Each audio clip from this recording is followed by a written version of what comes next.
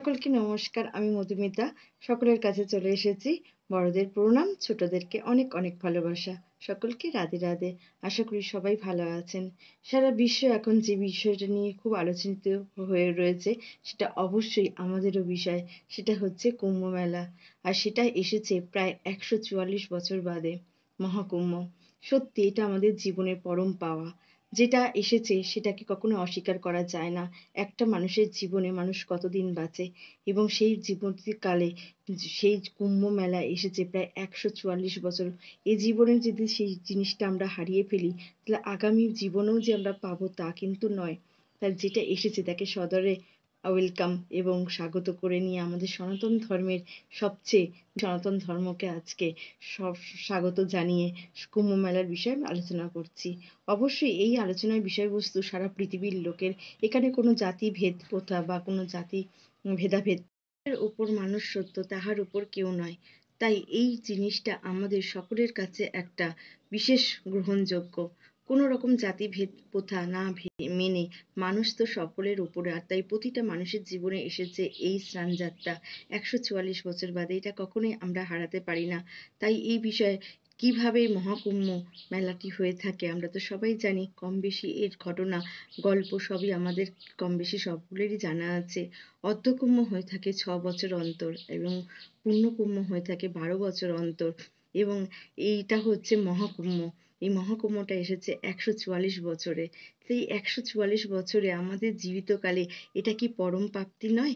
একটা মানুষ কতদিন বাঁচে সেই জীবিতকালে সেটা আমরা পেয়েছি। তাই সেটাকে আমাদের হারাবার একদমই নয়। তাই প্রতিটা মানুষ সমস্ত জাতি দরকারি।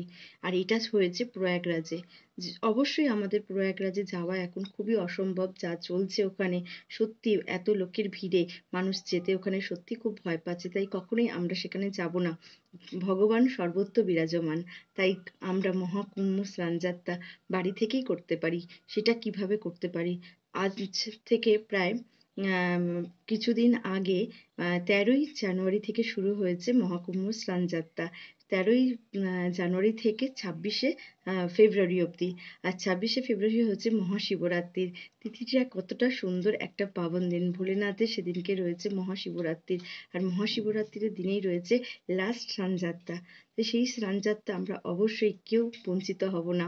মহাকুম্ভে যারা গেছে তাদেরকে তো অনেক অনেক স্বাগত, ওয়েলকাম এবং সকলকে অনেক অনেক শুভেচ্ছা যে তারা এত দুর্গম রাস্তায় গিয়ে এবং সেখানে স্নান করতে পেরেছে ত্রিবেণীতে।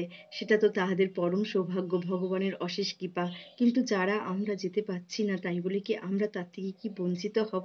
এই ১৪৪ বছরের বাদে যেটা এসেছে মহাকুম্ভ স্নানযাত্রা তার থেকে আমরা কখনোই বঞ্চিত হব না।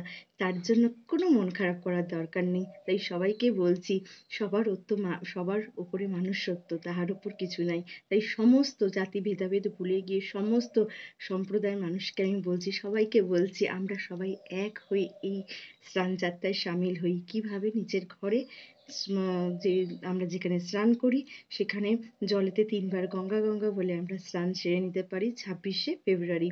আর সেটা হচ্ছে মহাশিবরাত্রির দিনে। আর অবশ্যই যদি কারোর বাড়ির সামনে গঙ্গা থাকে, বাবুঘাট রয়েছে বা যার যেখানে যেই গঙ্গা রয়েছে সেখানেও সে স্নান সারতে পারে। আর অবশ্যই মা গঙ্গার উদ্দেশ্যে আমরা প্রার্থনা জানাবো, সারা বিশ্বের মঙ্গল কামনা জানাবো। এটা আমাদের জীবনে সবচেয়ে পরম প্রাপ্তি। এত বছর বাদে একটা সুন্দর জিনিস এসেছে মহাকুম্ভ, যেটা আমাদের জীবনে জীবিতকালে আর কখনো আমরা পাবো না। হয়তো আর একটা জীবনেও আমরা সেটা পাবো না। তাই এত সুন্দর একটা সুযোগ কেউ আমরা হারাতে চাই না। হারানো উচিতও নাই। তাই সব ভুলে এই জিনিসটাকে নিজের স্বাগত জানিয়ে ভগবানের উদ্দেশ্যে নিজের মনোকামনা নিয়ে আমাদের এই স্নানযাত্রায় সামিল হতে হবে। আর সেটা আমরা ত্রিবেণীতে যেতে পারছি না, প্রয়াগরাজে যেতে পারছি না তো কি আছে? ঘরেতে থেকেই আমরা স্নানযাত্রা সারবো। বলুন তো এটা কত পবিত্র একটা জিনিস। আমি তো দেখছিলাম কত দেশ বিদেশ থেকে কত বড় বড় লোকে তারা এই স্নানযাত্রায় আসছে।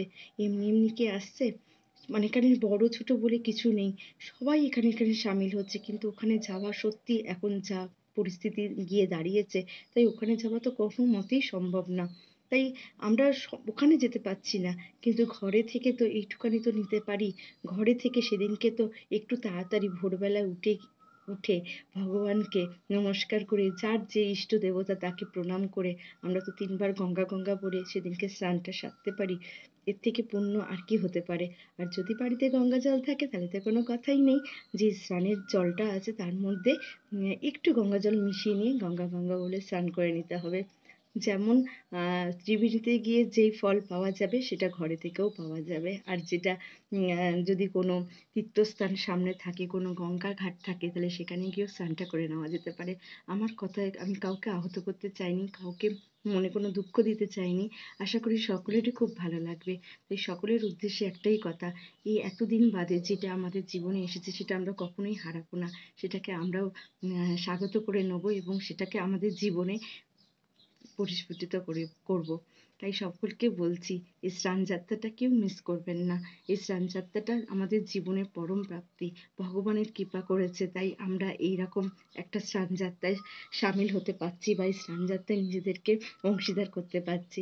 তাই সবাই এই স্নানযাত্রাটাকে করবেন অবশ্যই ২৬শে ফেব্রুয়ারি শিবরাত্রির দিনে। যদি ভিডিওটা ভালো লাগে অন্যকে দেখার সুযোগ করে দেবেন। একটা লাইক তো অবশ্যই করবেন, কমেন্ট করে জানাবেন ভিডিওটা কেমন হলো। একটু অন্য টাইপের ভিডিও, কিন্তু অবশ্যই আমি এটাকে না নিয়ে ভিডিও না করে থাকতে পারলাম না। কারণ আমার মনে হলো এত বড় একটা জিনিস সেটাকে কখনোই না কিছু বলে চুপ করে থাকাটা সেটা খুবই খারাপ দেখায়। আর আমরা সনাতন ধর্ম, আমরা মানে সনাতন ধর্ম হচ্ছে সারা বিশ্বের একটা, যেটা কিনা সকল মানুষকে আহ্বান করে, সকল মানুষকে একসাথে বেঁধে রাখে, সবাইকে একসাথে একই সুতোতে বেঁধে রাখে। এই সকলকে বলছি স্নানযাত্রা অবশ্যই করুন ২৬শে ফেব্রুয়ারি শিবরাত্রির দিনে। তো আজকের মতন আমার ভিডিওটা এখানেই শেষ করলাম। বড়দের প্রণাম, ছোটদেরকে অনেক অনেক ভালোবাসা। রাধে রাধে।